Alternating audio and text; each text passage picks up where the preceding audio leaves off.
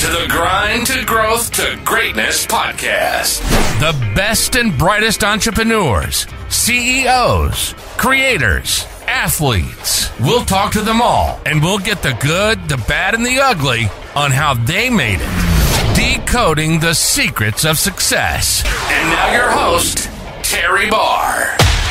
Welcome back to Grind to Growth to Greatness. I've got a great guest today.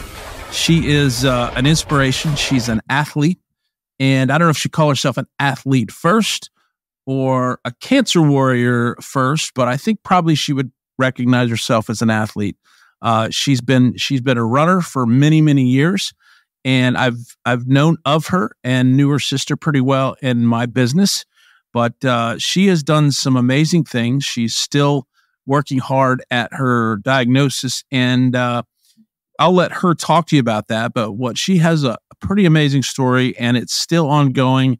And so I'm excited to bring her to this show and let you hear her story. Her name's Beth Ann Telford, and she's just got this incredible spirit about her, and has done some things that I couldn't certainly even imagine doing. So I would, when I heard that she was willing to come on the show, I just jumped at the chance. So thank you for being with us, Beth Ann. I appreciate you coming on, telling your story, and being an inspiration to those either going through cancer diagnosis specifically, or just those maybe that feeling a little down that want to get an inspiration story from a person like you. So thanks for coming on, Beth Ann Telford.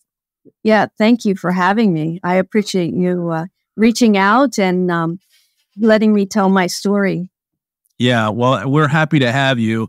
One of the things we talk about on this show is it's called the Grind to Growth to Greatness. And we like to talk about the grit underneath the grind, or the underlying story of a success that somebody's achieved. And your story is certainly different. It's unique in itself.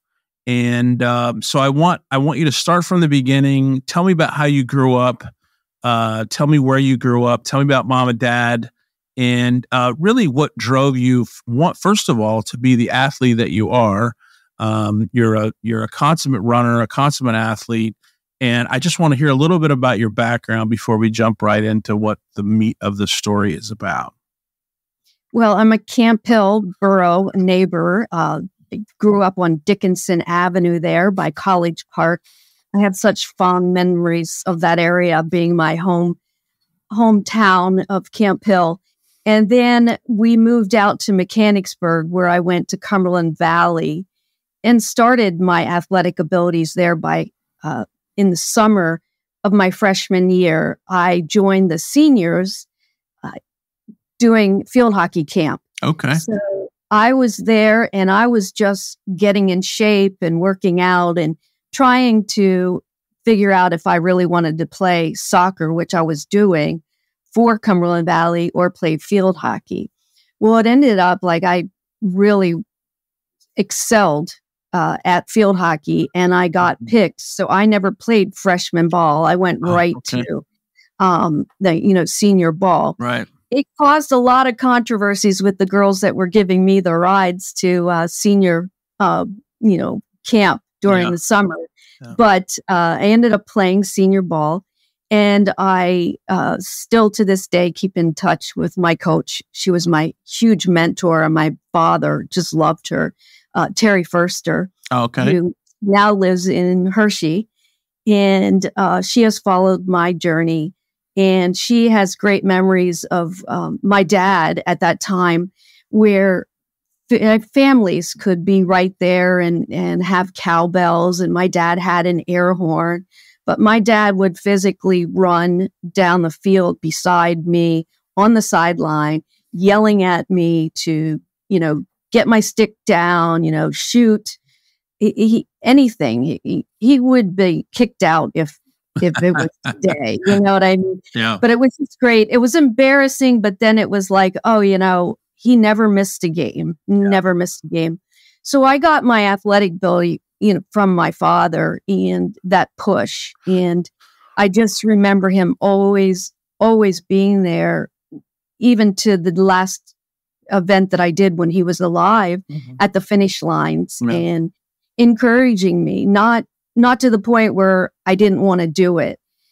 Just when I did make the team and he was excited about that, he put it in his schedule to make every game and make sure he would clean my cleats and all this stuff. But growing up in Camp Hill on Dickinson Avenue, I was always running around on my bike, and where the park is there. It was just a great place. I learned to play tennis there. And then when we moved out to Mechanicsburg, it just felt like we were out in the country. It's not like it is today with, Carlisle Pike to have all the Target and all that other stuff. But after, high school, I started to work in Wormleysburg for Mark and Martin Grass, who they had commercial real estate. So Mark Falwell, and still keep in touch with him, and was his personal assistant and did stuff. So I was in real estate for a while, but on the commercial end of it. And then I moved down to Washington, D.C. I wanted to get a federal job and started working in the White House area, trying to get my time in and investments in, just a better way. So I moved down to D.C. probably about 23 years ago. Okay. And when I moved down here, it wasn't like Camp Hill or Mechanicsburg. You had the Potomac River, which, is in the center of DC, Northern Virginia, and Maryland. So every time I went downtown, I saw everyone running. And it's like, okay, I got to do something. I can't be sedentary in this town, even if I walk. Sure. So I started running right away when I moved down here. And my first marathon was for the AIDS Foundation. And I did the Marine Corps Marathon. And I fell in love with that. I fell in love with the military. I do a lot with the veterans. And I'm working right now trying to help someone with the Vietnam veteran wall on the side. So I did that Marine Corps marathon, and I thought it was going to kill me. But then when I was finished, I was like, I got to do another one. So I signed up again. And in 2004, now moving forward, I was running that marathon. And in 2004, the Marine Corps marathon always falls on the last Sunday of October. Okay. So it ended up being the hottest Marine Corps to this day on record. And I thought I was dehydrated. I was mile 19, which is Haynes Point. Again, it is a little island in the Potomac between Northern Virginia and DC. And I was running around Haynes Point, and I know the light in the area that I was, but I started to run, and it's called your gait. And I started to sway like I was drunk. So I was swaying in and out, and people were avoiding me. In my head, I just felt this pop. So I thought, I'll get to the next aid station, get some salt in me and some fluids. And I did. And it still something was wrong. My head hurt. My vision was off. I finished. I got to 26.2. And I didn't think anything of it. I thought, no, I got to get my carbs in. I got to get some sugar in. So was that the first time in your, let's just say, your athletic career that you felt like you had something that you couldn't really identify? I know athletes lots of times, my son tore his rotator or his meniscus, and then he tore his ACL, and he said, I could feel that something wasn't right there. Was that the first time that you'd had an injury like that you went, I think something's wrong? No, it's crazy because when I was diagnosed, and we haven't gotten there yet, but thinking about that and talking with family, I remember in high school going through a whole day and straining eyes, and those times we didn't have computers, obviously, that. but I was straining, and I would come home with massive headaches where I would either have to go into a dark room or make myself throw up to release the pressure. So in high school, I had these migraines, and I never got checked for it. I just would take Excedrin or Bayer or whatever it was, and then the next day it would be gone. But looking back at it now, it's probably something that was not diagnosed that should have been diagnosed. So what age were you when you got diagnosed? So in 2005, I was 34. 34. So it was quite a few years after high school then. So yeah. Okay. So I was still getting migraines, but in ones that I worked through because I had them so much, I could bear the pain. But so back on that day, you know, I finished the marathon, and the next day, usually people take off, but I went to work. So I was in at my federal job, and at that time I was assistant to a presidential appointee. Okay. And literally scheduling his personal things, furniture that had been in place for many years, historic things. I was screwing up like left and right, missing his appointments, not knowing, you know, oh, it's 10 o'clock when I thought it was 2 o'clock. Just a lot of mumble jumble to literally he came in and he's like, what is going on with you? Because I was so detailed. Yeah. And this was out of sorts for me. So I just said, I don't know, you know, something I thought I was doing everything right, but everything was wrong. Literally that night I got on the metro, which is our train transportation from the cities into the city. And instead of coming out to Northern Virginia, I took the train all the way to the other side of Maryland. Oh boy. And literally I was taking that train for a while. So you just got on the wrong train and didn't really realize it until it was... Thought I was on the right train. You know, every stop, it's announced. Sure. Even announce that. So got home, and then the next day I go to work, and it happens again. And my boss is like, something's wrong. I said, well, I just feel very sick. I feel like this headache won't go away. So he sent me to GW Hospital, which is George Washington Hospital, where I met with a physician, and he ordered right away an MRI. And at that time, I was still seeing my family physician at Hershey Medical, Dr. Thomas Wida, who is a friend. And follows my journey because of all of this. And he's like, look, Beth, this is not your MO. They thought that, you know, I had a sinus infection or I was dehydrated. So they gave me fluids. So, you know, Dr. White is like, look, you got to get this MRI. Let's see what's going on. So I got this MRI, and that same week, the doctor calls me from GW and says to me, and usually it wasn't a doctor that calls, it's usually a nurse. I'm at my desk in the federal government. And he says, you need to come in. We need to discuss this MRI. And I was like, look, I can't. I'm at work. Well, not just that. I mean, my job was, you're talking White House, you know, you got to be here, got to do this, you know, everything. The pressers are coming out, all this stuff. He's like, Beth, you got to, I'm like, no, you got to tell me on the phone. I just can't. So he goes, okay, I'll tell you. You have a brain tumor and we need to take care of this.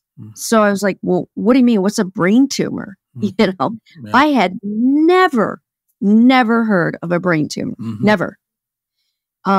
Even someone talking about it on the news, nothing, not a thing. So I literally like, you know, what are you talking about? So he had said, Beth, it's a tumor that's growing inside your head and it needs to come out. So I was like, okay. So I was done with him, and I was like, you know, I hung up, went into my boss, his presidential, he calls his wife, and his wife, who's very good at, you know, organization as well. She literally took my case and went with me to the doctors and kept everything from my family till we knew what was going on. And I literally was in shock, Terry, because I was like, what are you talking about? Yeah. Let me ask you a question back in that moment that you did the MRI and then you got the call from the doctor. Did it register with you that when he told you what it was and he explained the situation, when did it register with you that you had a fight on your hands? And how did you work through that in your mind? So that day after the call, I still was like, I don't understand. And then I got worried when my boss calls his wife, and then she's like in the office within the hour, and we are looking up neurosurgeons. Right. And she knew about tumors and scientific things like that. Mm-hmm. And they knew some background with my family, and it was best just until we knew anything, not to say anything to scare anyone. Right, right. So at that moment, when she started like making all these suggestions and these calls and almost like a plan for me, I knew that shit hit the fan and something was going on. Then truly, to answer your question even further, is when we went in and I saw the MRI and I saw the tumor. Right. I was like, is that part of the brain? What is it? And you see this, and it's just like this huge white spot on your skin. And it's like, that's got to come out. Right. And I'm like, am I going to be able to think again? I mean, what is that intruding on? Sure. So one of the questions I ask the business people that I interview is, who do you go to for advice? Who do you go to for mentoring when things don't, when things are a little bit awry? And I'll ask you the same question in a moment like that. I mean, who was your go-to to say, hey, I've got this brain tumor. It's serious. I'm going to go through a lot. Who did you come alongside, or who came alongside to you to give you that support that you needed during that period of time?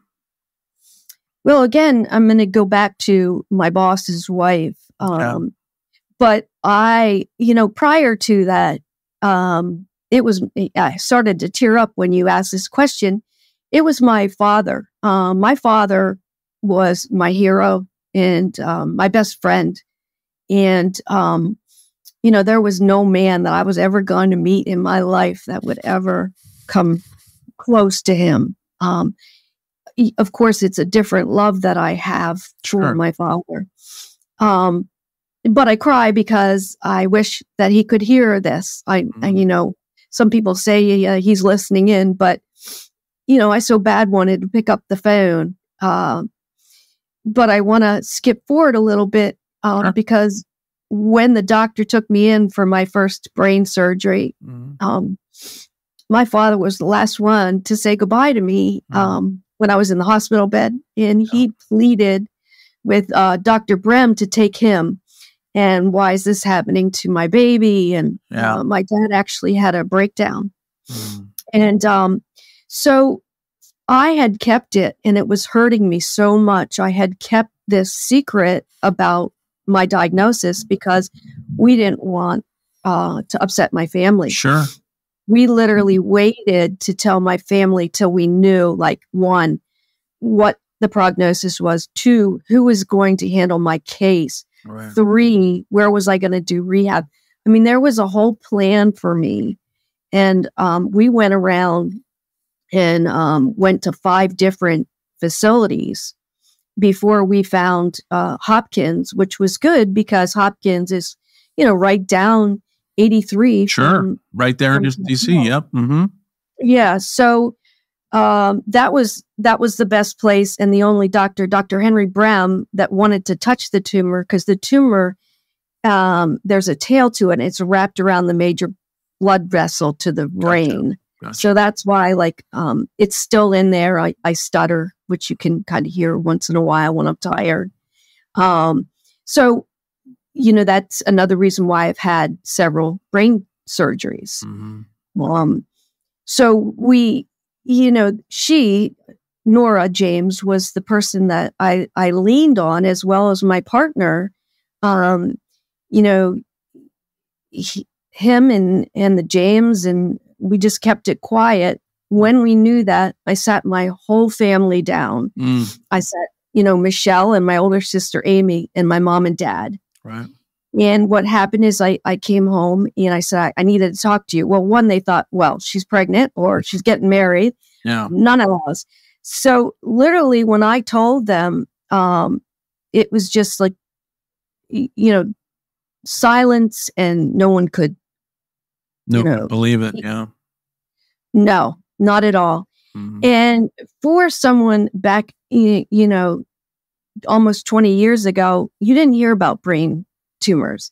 I mean, you didn't hear about them with Schumer and all those people that have them, people in Pennsylvania. I mean, it's not a common thing. And people didn't really disclose it because something's wrong with them. They're not going to be able to perform because their brain is damaged. It was that kind of feeling, almost like I came home from Vietnam and everyone was upset with me. That's how I felt. Interesting. Yeah. Yeah. And people treated me like that, that I couldn't think. And that is the worst thing right there with brain cancer.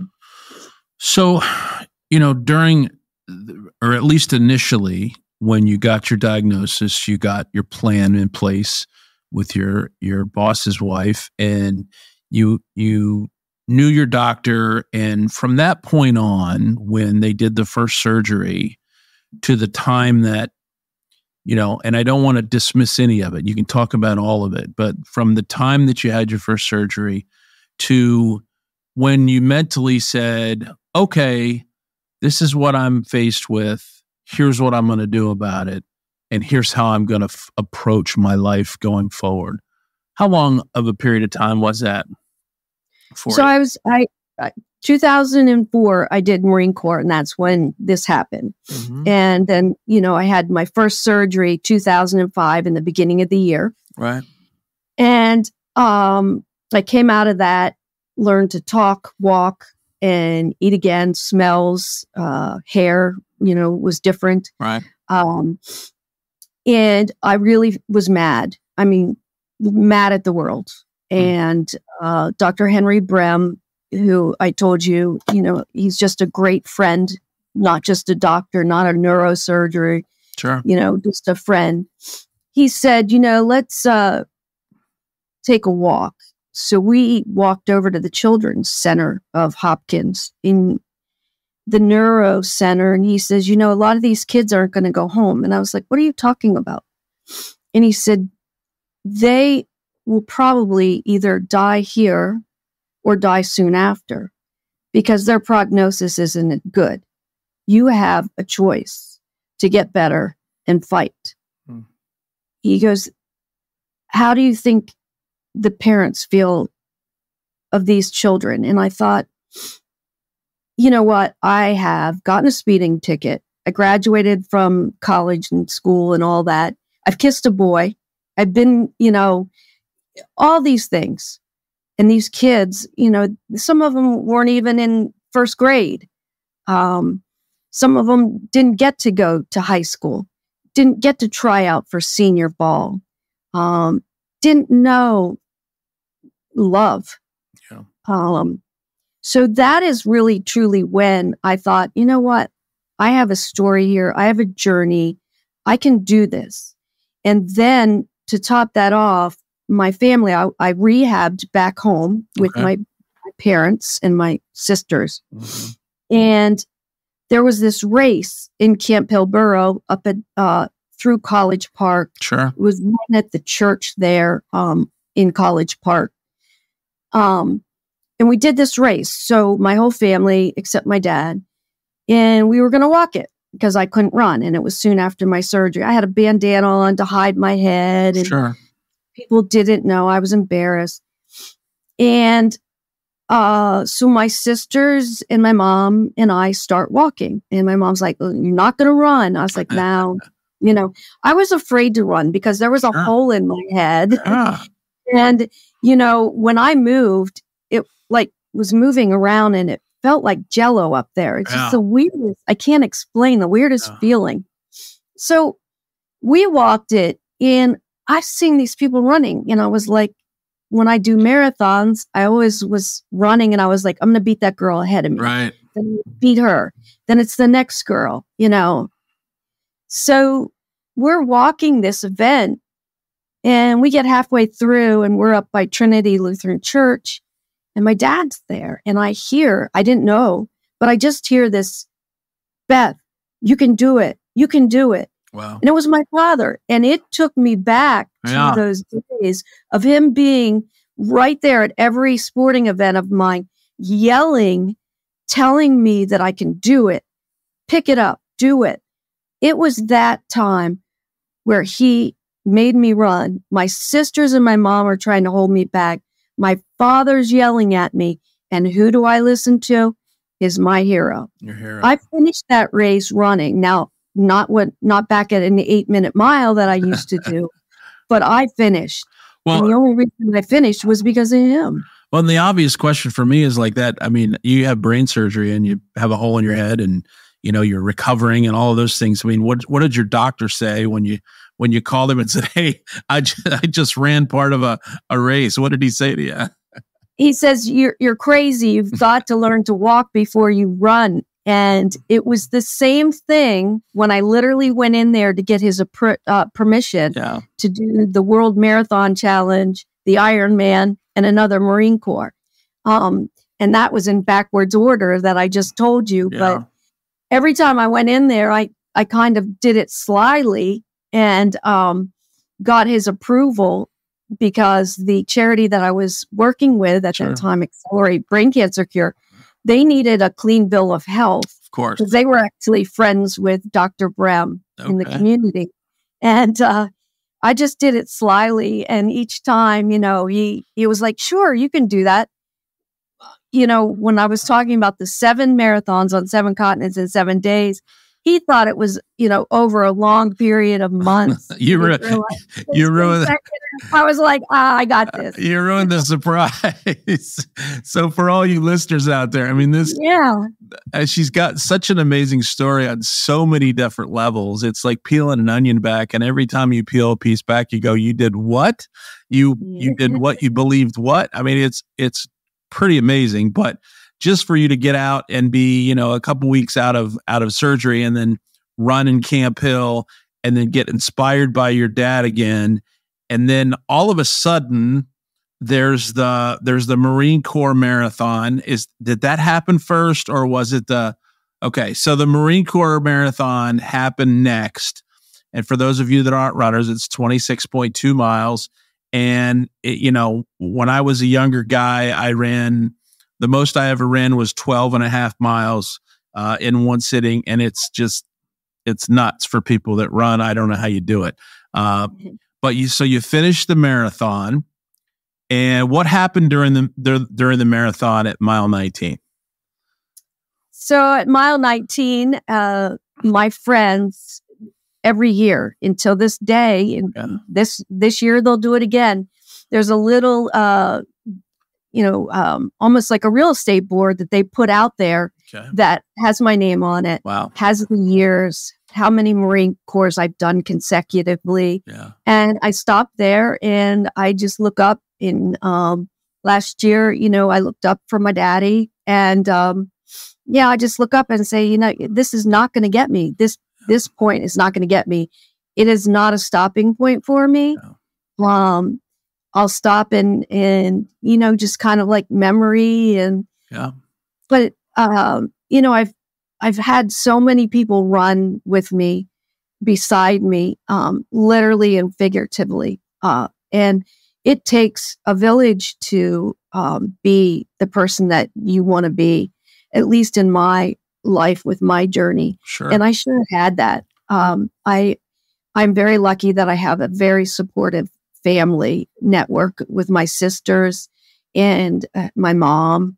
And of course, everyone else from Camp Hill to, across the seas that I have come in contact with. Right. So I've been very lucky. So you finished the marathon, and mile 19, you have a moment of reflection, and I'm assuming you'll do that every year. And, yes. And it's quite a nice monument to put in your life, to be able to remember where you were and where you're going and where where you've been, is pretty amazing. And then something I had never heard of. And when I started researching, I'm like, this has got to be a misprint. But this young lady decided, and I don't know how you got to that. Maybe you can explain how you got to this decision, but she decided to be part of the World Marathon Challenge. I don't know too much about it other than the fact the people that do this are crazy.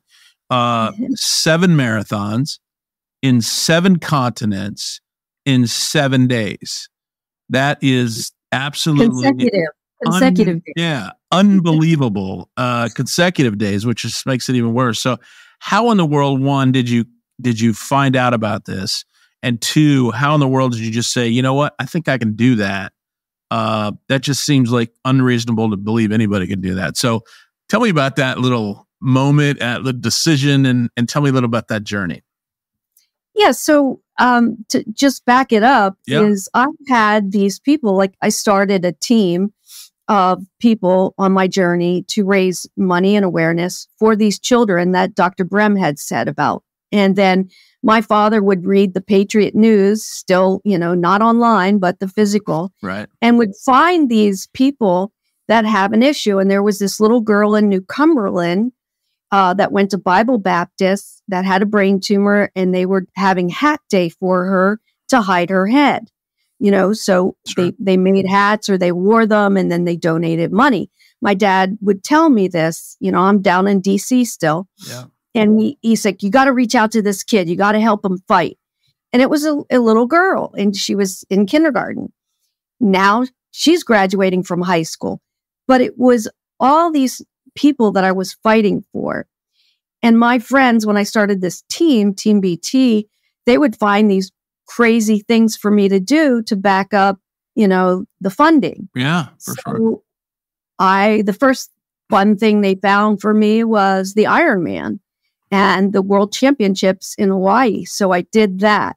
So it was after that someone brought to my attention, that same someone, oh, Beth, you can do this. And I thought, like you, it was a misprint. So I started to read about it. And I thought, oh, wow. So 26.2 in 24 hours, and then 26.2 going 7 days. I'm thinking, oh, what's the recovery going to be like? Is my, bladder going to hold up? Yeah. And the reason why I said that is I had bladder surgery because the brain, sure, the bladder stopped working. So I was dealing with that. Okay. I mean, of course, with brain surgery, you have a lot of other issues that are happening. Yeah. So when he sent me this, I was like, I don't know. He's like, oh, no, you could raise so much money. There's only one girl that did it prior. Call her up. She's in Boston. So I toyed with it. And I did call Becca. Her name is Becca Pisa. She's in Boston, and she did it. And she just did it because she's a runner. She's a Boston Marathon. And that was one of the questions I had for you, is like, what's the purpose behind it, about the race, the 7 and 7 and 7? And it sounds like to me, it's just, it's a conquer myself kind of thing. And yet you used it to, raise money for these little guys. It was my platform, to raise money for children with brain cancer. And that was my platform from get-go, that I would not start a 501c3. I would work for someone and raise the funds and use my athletic ability and my story with it. So I looked it up. I called Becca, and she's like, oh, I took a loan out and I did it, because it wasn't cheap. And right. Well, I went to the ABC Squared, Accelerate Brain Cancer Cure, which was started by Gene and Steve Case. And Steve lost his brother to brain cancer, and they do a lot of philanthropical work. Mm-hmm. And I said, I think I can do this, and I bet you will raise a lot of money for brain cancer. So they looked into it, and they told me that I had to get the approval from Dr. Brem. Right. And like I told you, I went into Dr. Brem and I was like, there's something I want to do. I'm going to raise money. This was after the World Marathon Challenge, which he was like, you just got to take it easy. I was like, yeah, whatever. So I kind of just said real quick, it's 7 marathons, 7 continents, 7 days. I didn't say consecutive. So his whole thing was like, it was so fast. He didn't grasp it. I know he didn't. Programmed the individual. I got it. Yeah. So he approved it. And we set up this campaign. We had everything was volunteer and it went crazy. We got New Balance involved and we were looking for the platform to raise the money. Yeah. And it was crazy because I'm in DC. The cases are in DC and they end up getting this platform called Pledge It out of Harrisburg, Pennsylvania. How about that? I was like, that's my home area. So met the owner. He's great and, forged a relationship there. Yeah. Did some interviews with him and his platform became our platform for the World Marathon Challenge. How about that? And we shot up and made lots of money. Yeah. I mean, I read over $800,000, wasn't it? Something like that. Yeah. In total, I've raised over 1.5 million. Yeah. Amazing. Yeah. Amazing. Yeah. This episode of Grind to Growth to Greatness is brought to you by Terry Barr, Distinctive Real Estate, advising families across Pennsylvania and Northern Virginia for over 15 years. Visit the website at terrybarrealestate.com.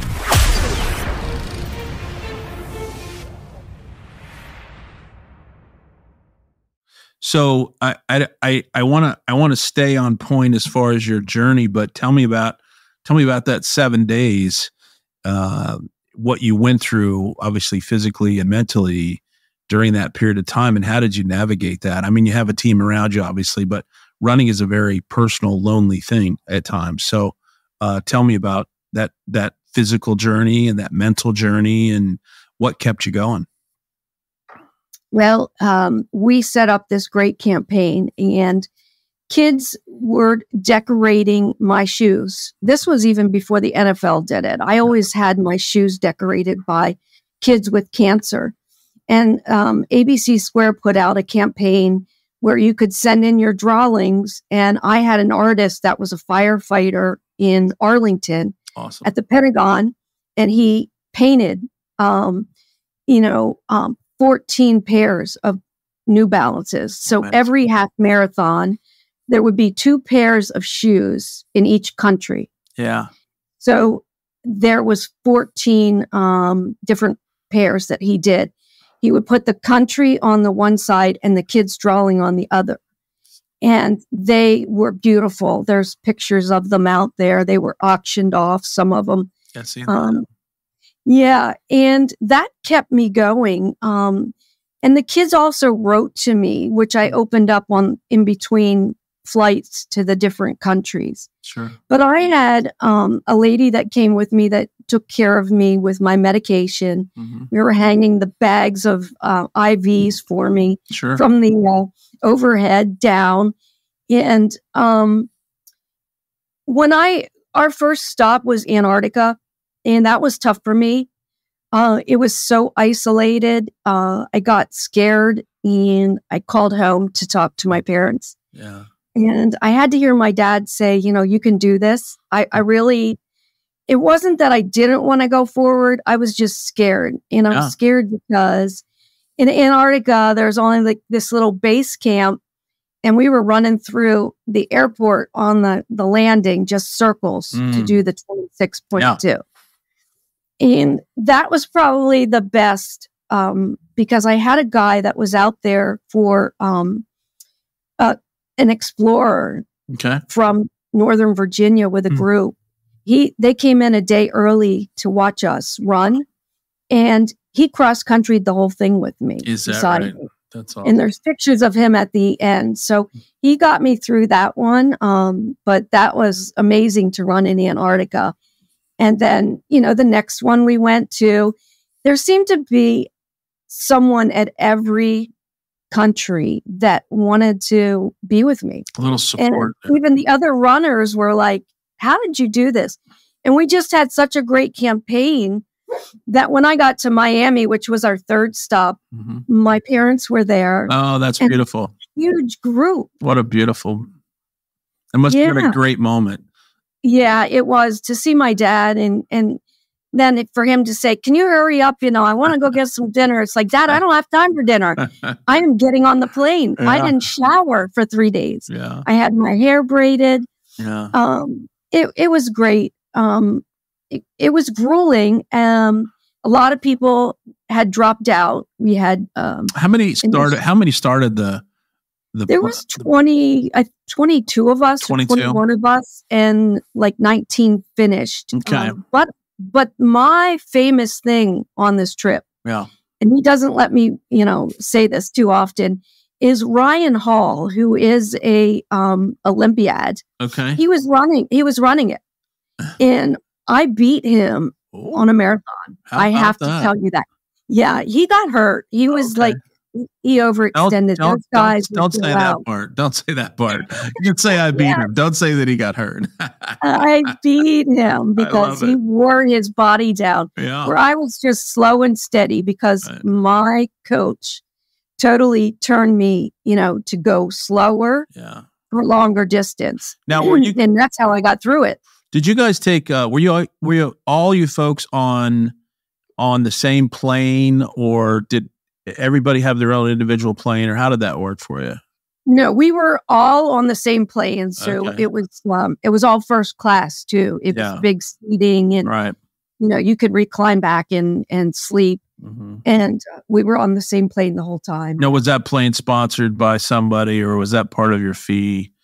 It was part of the fee. Then it paid for this jet to take us everywhere. So we had the same pilots, except for Antarctica, because there's a special Russian plane that you take in there. It's an ice plane. I see. So after Antarctica, when we came back to Chile to get on the actual plane for the rest of duration, that was the same plane. But Antarctica has their special plane that they land there. Yeah. So tell me, what was your favorite part of that journey, that 7-day journey? And what was your most difficult part of that 7-day journey? I think the best part was, Miami, where the biggest crowd came out. And of course, media. I had media at every country, but media was pretty big there. And I was able to get reassured by my father that, everything was going to be okay, even though he wanted to get dinner with me. Yeah. And I had friends run the whole thing with me, and they just encouraged me and said how proud they were of me. It was like the moment when I did the Ironman World Championship, and my dad was again the last one to see me go in the day before and get my bike in there. And I asked him if he was proud of me. And he was a man of little words. And when he said that, it's just reassuring to me. And I needed that. Yeah. The hardest part was, being out there by yourself. Sure. In Dubai, it was 112 degrees. And I could feel the tumor just bouncing. And I knew I would finish. But it was the people that I took along with me. The one girl that one of my sponsors, my biggest sponsor, it was his niece, unfortunately died when I came back from brain cancer.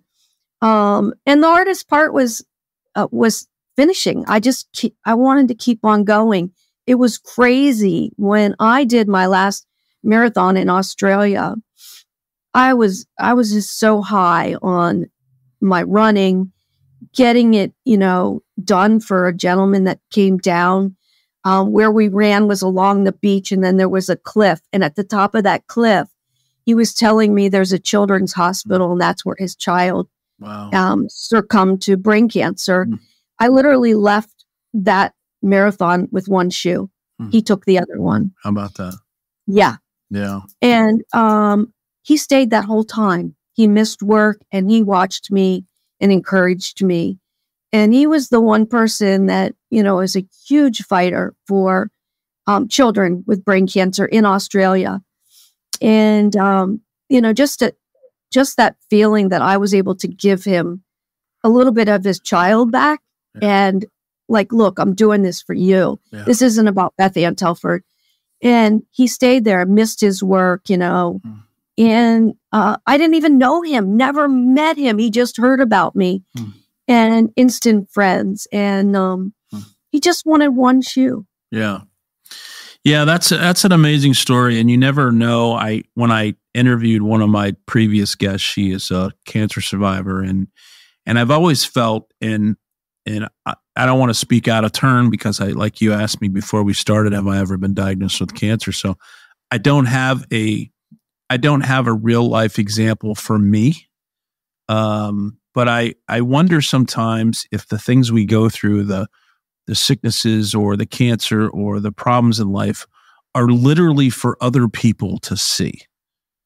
That's the way I feel about it.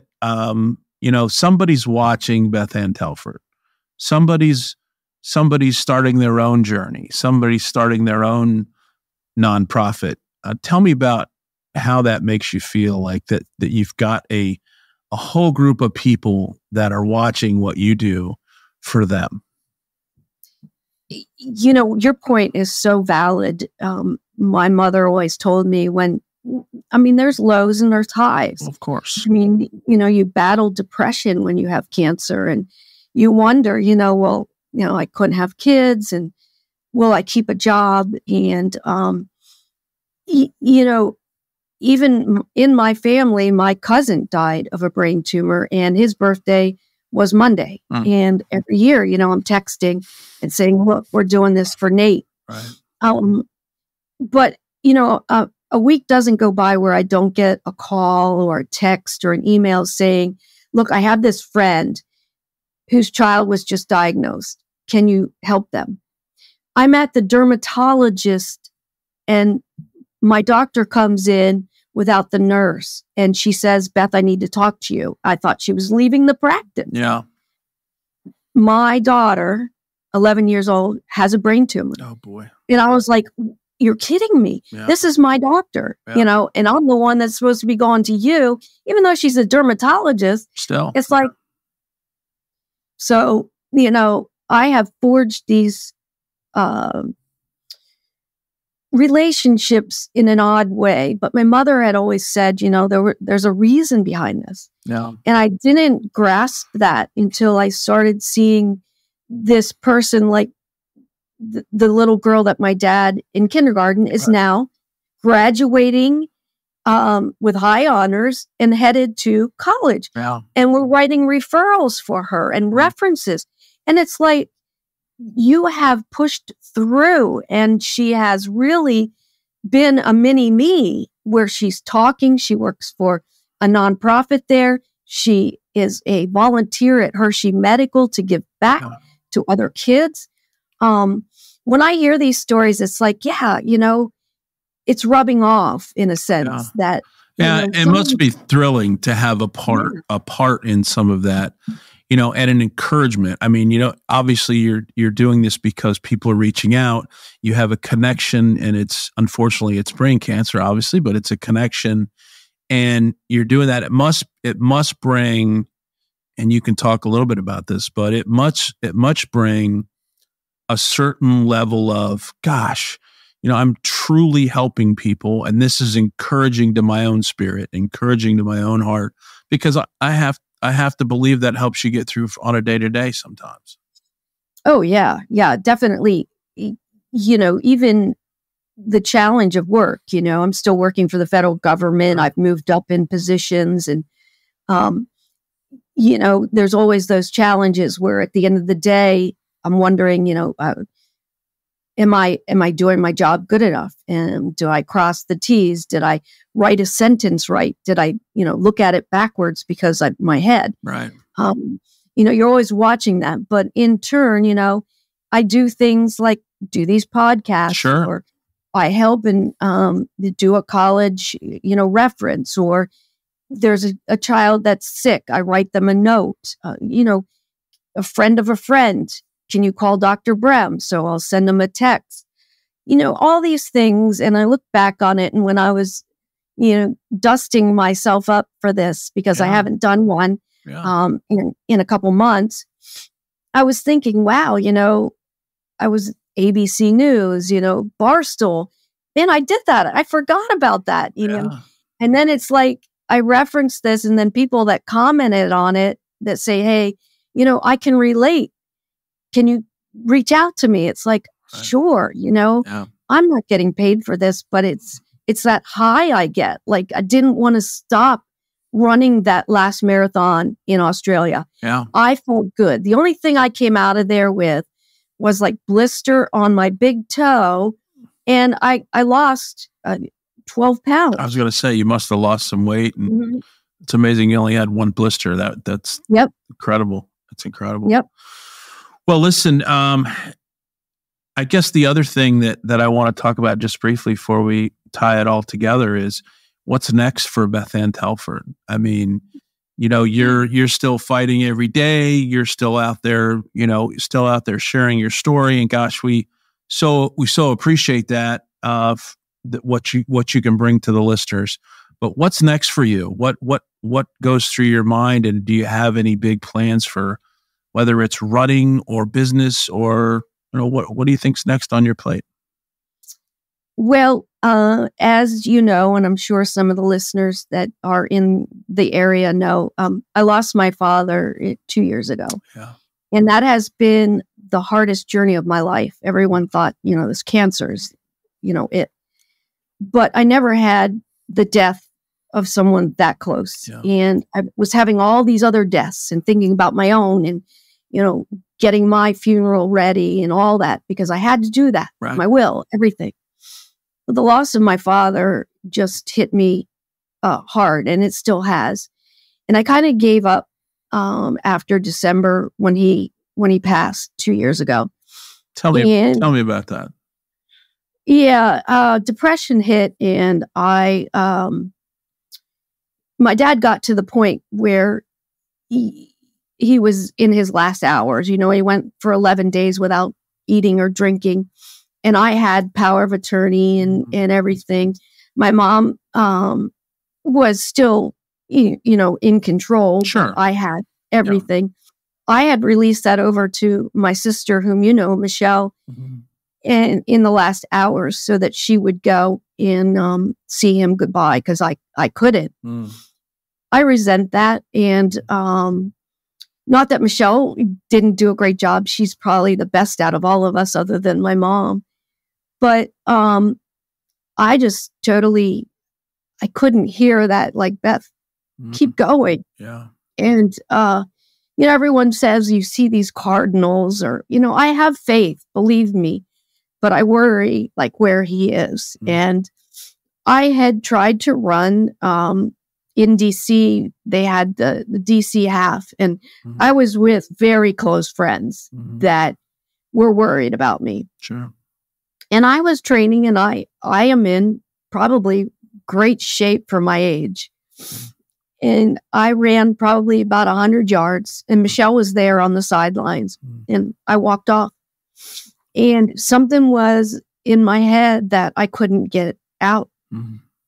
I continued to run, but by myself, which was unusual. And I have thought about my next steps, and there's going to be a sign. And my dad's going to say, hey, like, he always said to pick up my boots and run.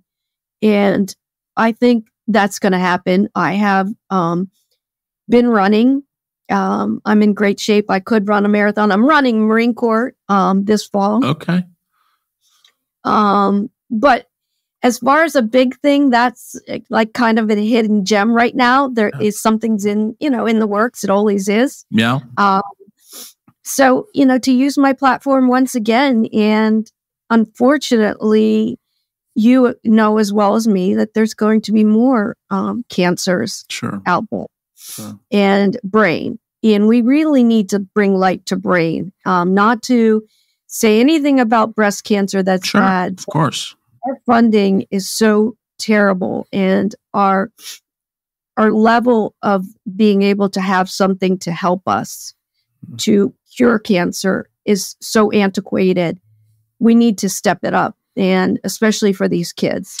Yeah, because it does don't have a chance. It does seem like when something is kind of out of the norm or doesn't happen as often as other, it doesn't get the attention that it should. Right. Yeah, and the funding that it should. And it's regardless of what cancer is out there, it's just such an evil sickness. And, exactly. And it just needs to be paid attention to at every level. But I was excited when the White House announced the cancer initiative, because I was on that campaign, and it, of course, as you know, has fizzled out, and that gave us a lot of hope, and now it's kind of shot down. So we see, hopefully, someone will pick it up again, and yeah, we hope so. We certainly hope so. Well, listen, I want to thank you. I know this has been, and I thought maybe it could turn into something that was emotional, and yet you've put yourself out there again, over and over again. And to come on here and share your story with us is such an honor for us. It's such an honor for me to hear your story outright, and all the details and the emotions that you went through, and what you're still going through. Obviously, you said at the onset, you're a cancer warrior, not a survivor. I like that, because it really indicates you're still out there fighting. You're still out there, throwing punches, and we love to hear about that. You've got such a warrior-like story, and I know when we hang the phone up, you go back to your regular life, and I just want to encourage you, from my house to yours, to keep up that fight, to keep up with your platform, to use those kids as your guiding light. I know you said your word is hope. I think that's the word that you used. Hope is your word that I read. There you go. And I really wish you the very best. I hope at some point when you're back in town, we can get together and have a cup of coffee and see each other again. But thanks so much. I appreciate you, Beth. Yep. And if anyone needs to reach out to me, you're certainly welcome to, provide them the information. I'm willing to help, especially someone from my hometown. And I think that's teambt or BT team? No, it's teambt at verizon.net. Yes. .net, yes. So if you are one of our listeners and you have a loved one, or you just want to give some well wishes to Beth Ann Telford, please reach out to her on that website, btteam at verizon.net. Let her know how much you enjoyed her story, and that we'll certainly be thinking about you and praying for you. And we hope that you have a long, illustrious career in running and in the government, and you can do lots of great things for those out there in need. So thank you very much. And thank you. I appreciate it. All right. Well, we'll see you soon. You've been listening to the Grind to Growth to Greatness podcast. Our passion is to talk to the brightest entrepreneurs, CEOs, creators, athletes, anyone who's made it, and dive into their struggles, their successes, and their secrets. We hope you've enjoyed the show. If you did, make sure to like, rate, and review. We'll be back soon, but in the meantime, you can find us on Facebook and Instagram at Grind to Growth to Greatness. See you next time.